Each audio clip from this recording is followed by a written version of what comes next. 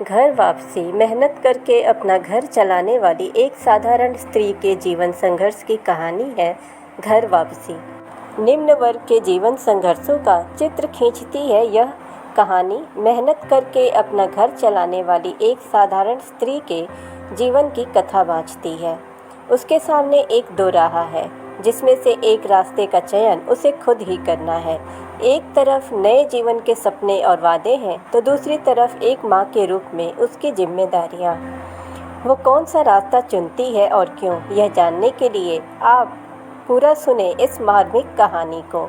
रोज की चिकचिक अब मुझसे ना सही जाए, केसर तमतमा कर बोली। अरे बावली हुई जा रही है क्या? अम्मा ने भी तेवर दिखाते हुए जवाब दिया। क्यों माधो के पीछे पड़ी रहे? काम पर जाता तो है ना, अब किसी दिन काम न मिले तो क्या करे बेचारा। क्या करूं ऐसे काम का जो कमाता है और शराब में फूंक देता है। ठीक है तू जाके अपना काम देख, मैं चूल्हा चौका संभाल लूँगी। अम्मा थोड़ा नर्म पड़ गई थी। केसर ने चूल्हे से उबलती चाय उतारी और रात की बासी रोटी पर गुड़ की डली रखकर अम्मा के आगे सरका दी। ए भानु, तू भी कुछ खा ले, स्कूल में क्या पढ़ेगा जब पेट में गुड़गुड़ होता रहेगा। भानु दौड़कर आया और दीदी के पास बैठकर रोटी खाने लगा। अच्छा अम्मा, मैं जा रही हूँ, तरकारी काट के रख दी है, आटा भी गूँथ दिया है, रोटी बना लेना, छोटे का ध्यान रखना। केसर ने भानु की बाह पकड़ी और घर की दहलीज पार करके तेज तेज कदमों से चलने लगी। आज फिर देर हो जाएगी, मालिक गुस्सा होगा। भानु जल्दी जल्दी पैर उठा, स्कूल का भी टाइम हो गया है। भानु को स्कूल के गेट पर छोड़कर केसर आगे बढ़ी। सामने से उसी की फैक्ट्री में काम करने वाली औरतों का झुंड आ रहा था। केसर भी उनमें शामिल हो गई। सारी टोली बातचीत करते हुए चली जा रही थी। कुछ घर के ताने उलाहनों में लगी थी, कुछ हंसी माहौल में। रुकमा के मजाक पर तो केसर भी खिलखिलाकर हंस पड़ी। दीनानाथ कपड़ा फैक्ट्री, इसी में केसर काम करती थी। अलग अलग तरह के कपड़ों को तह करके पैकेट में रखना होता है। काम ज़्यादा मेहनत का नहीं है और मिलना जुलना भी हो जाता है, पैसा भी ठीक मिल जाता है। केसर का गुस्सा ठंडा हो चुका था। वो मन ही मन सोचने लगी, इस बार पगार मिलेगी तो क्या क्या खरीदारी करेगी, कितना बचा लेगी वगैरह। वो सोच में लगी थी, इस बार अम्मा के लिए भी धोती ले लूँगी। वैसे तो बेमतलब के बुड़बुड़ करती रहती है, फिर भी घर संभाल लेती है, छोटे का ध्यान रखती है, तभी तो यहाँ पर मैं आ पाती हूँ। इतना हक तो अम्मा का भी बनता ही है। अरे केसर, रोटी खाने की छुट्टी हो गई है, घंटी की आवाज़ नहीं सुनाई दी तुझे? कल्याणी उल्लाहना देते हुए बोली।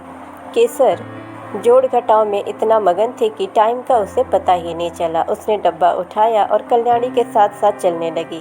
फैक्ट्री में 2 बड़े बड़े कमरे बने थे, एक में औरतों का काम चलता था और दूसरे में मर्दों का। दोपहर के 1 से 2 बजे तक की छुट्टी मिलती थी। खाना खाने और सुस्ताने के लिए फैक्ट्री के बाहर ही एक पार्क बना हुआ था, उसी में बैठकर सब खाते थे, सुस्ताते थे और आप बीती सुनाते थे, कुछ गाना भी गाते थे। कृष्णा मर्दों की टोली का लीडर था। उम्र में तो ज़्यादा बड़ा नहीं था, पर बातों में वो सबको जीत लेता था। गाना भी वो बहुत अच्छा गाता था। कभी कभार केसर से भी बातचीत हो जाती थी। वो थी भी सांवली सलोनी के। केसर सोचती कि एक जगह ही काम करते हैं, कभी कभी हंसी मजाक कर लेता है, इतना तो चलता है।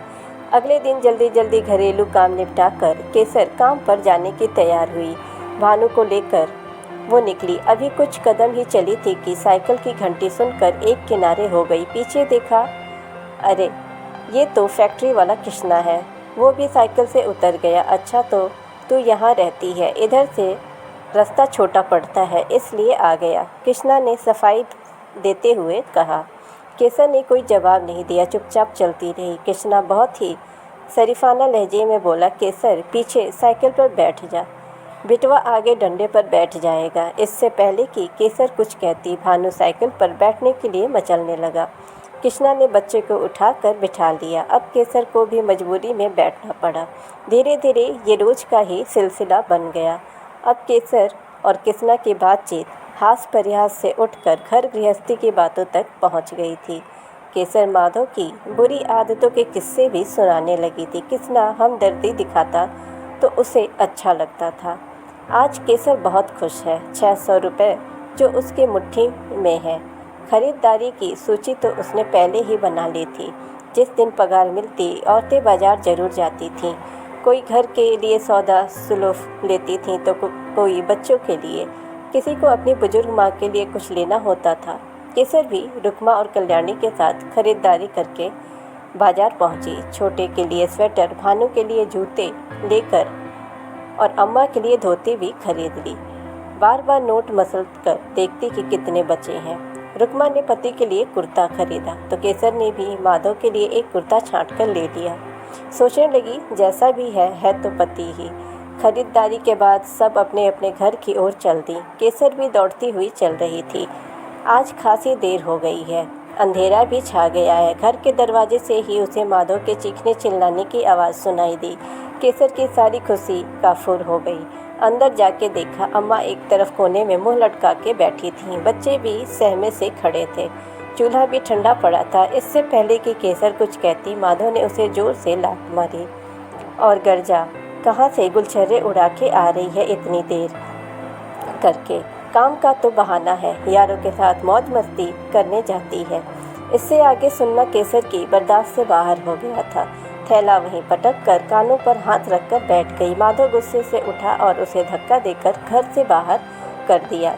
बेचारी अपनी सफाई में कुछ कह भी न सकी। वहीं दरवाजे के बाहर घुटनों में सर छुपाए बैठ गई। न जाने कब झपकी लग गई। अचानक कंधे पर किसी के स्पर्श पाकर घबराई सी आंखें खोलकर देखा तो अम्मा खड़ी थीं। मिन्नत करके उसे अंदर ले गईं। केसर का मन भर आया।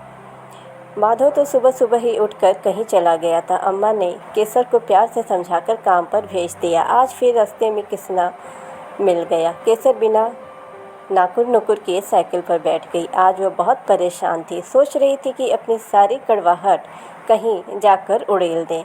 उसे देखकर कृष्णा कुछ तो समझ गया था। रास्ते में एक ढाबे पर उसने साइकिल रोकी। केसर भी चुपचाप साइकिल से उतरकर ढाबे के बेंच पर बैठ गई। कृष्णा ने बात में उलझाकर उससे सारी असलियत उगलवा ली। हमदर्दी दिखाते हुए बोला, तू क्यों उस निकम्मे के साथ ज़िंदगी बर्बाद कर रही है? मेरे साथ गांव चल, अपने खेत खलिहान है, आराम से रहेंगे। केसर चुपचाप सुनती रही और मन ही मन सोचने लगी कि बस अब और नहीं सहेगी। बच्चों को दादी संभाल लेंगी। उसके परेशान दिलो दिमाग ने फैसला तो ले लिया, पर मुझसे कुछ नहीं बोली। छुट्टी के बाद रोज की तरह घर की ओर चल दी। ये क्या, आज तो माधव रास्ते में ही मिल गया। नशे में चूर गुस्से से उसे घसीटता हुआ घर ले गया। आज तो अम्मा की हिम्मत भी जवाब दे गई। बच्चे भी भूखे प्यासे सो गए थे। माधव ने लात घूंसों से केसर की पिटाई की, फिर दरवाज़ा खोल के बाहर निकल गया। केसर भी निढाल होकर एक तरफ गिर गई। शरीर में इतने भी दम न बचा था कि उठकर 2 घूंट पानी पी ले। रात भर दर्द से कराहती रही। अभी अंधेरा सिमटा भी नहीं था कि बिजली की तरह केसर के दिमाग में विचार कौन था। वो उठकर बैठ गई। कुछ सोचकर कपड़ों की गठरी बनाई, कुछ जमा रुपए लिए और चुपचाप पाँव दबाकर अम्मा और बच्चों को सोता छोड़कर घर के बाहर आ गई।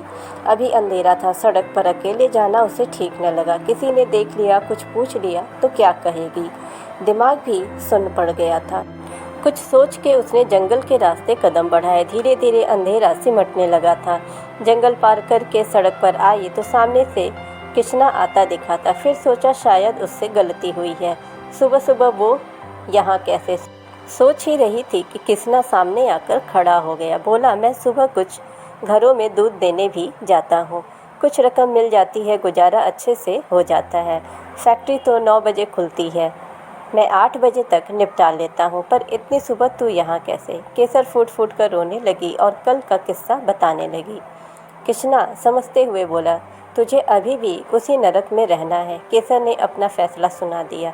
कृष्णा ने प्यार से उसे समझाते हुए कहा, घबराने की कोई बात नहीं है, मैं तेरा पूरा साथ दूंगा। अभी फैक्ट्री चलते हैं, रोज की तरह काम करेंगे, किसी को शक न हो। छुट्टी के बाद तू सेवा सदन के पीछे वाले जंगल में मेरी बाट तकना। मैं भी घर के कुछ कपड़े और सामान लेकर जल्दी ही वहाँ आ जाऊँगा। डरना मत, वहीं रुके रहना। काम खत्म करके कृष्णा जल्दी जल्दी साइकिल के पैडल मारता हुआ अपनी कोठरी पर पहुंचा। अकेले रहता था, कोई पूछने वाला नहीं था। फुर्ती से कपड़े और सामान समेटा। साइकिल भी किराए की थी, वो भी दुकान पर दे आया। लंबे लंबे डग मारता हुआ सेवा सदन की ओर बढ़ने लगा। उधर केसर भी एक बड़े से पत्थर पर अपनी गठरी समेटे बैठी थी। अंधेरा होने लगा था। केसर थोड़ा डरने लगी थी। एक बार तो सोचा कि कुछ गलत तो नहीं कर रही है, पर अपनी दुर्दशा याद करके उसने मन पक्का किया और जम के बैठ गई। थोड़ी देर में कृष्णा भी आ गया। इससे पहले कि केसर तक पहुंचता, वो चीख मार के पीछे हट गया। क्या हुआ? केसर ने पूछा। अरे बावली, देखा नहीं जिस पत्थर पर बैठी है उसी के पीछे कितनी बड़ी नागिन है। वो तो अपने अंडों पर बैठी थी, इसलिए डसा नहीं, वरना तेरा काम तो यहीं तमाम हो गया था। अचानक केसर के दिमाग में बिजली सी कौंधी। एक नागिन मुझे डसने के लिए सिर्फ इसलिए आगे नहीं बढ़ी क्योंकि वो अपने बच्चों की देखभाल में लगी थी, और मैं एक औरत, एक माँ, लानत है मुझ पर, जो अपने बच्चों को छोड़कर जा रही थी। उसने तुरंत कृष्णा से अपना हाथ छुड़ाया। अब माधो से निपटना उसे सीखना होगा। उसमें बच्चों का क्या दोष? वो आज ही माधो को घर से जाने को कह देगी, जिसने ना उसकी चिंता की, ना बच्चों की और ना अम्मा की। उसका घर में कोई काम नहीं है। मन को दृढ़ करके केसर घर की ओर लगभग भागने ही लगी थी और उसने फैसला कर लिया कि वो गलत कर रही है। वो घर को और बच्चों को छोड़कर नहीं जाएगी। ऐसे ही मोटिवेशनल वीडियोस के लिए चैनल को सब्सक्राइब करें और नोटिफिकेशन बेल दबाएं ताकि हमारी हर वीडियोस आप तक पहुंचती रहें। वीडियो को ज़्यादा से ज़्यादा लाइक और शेयर करें। Thanks for watching.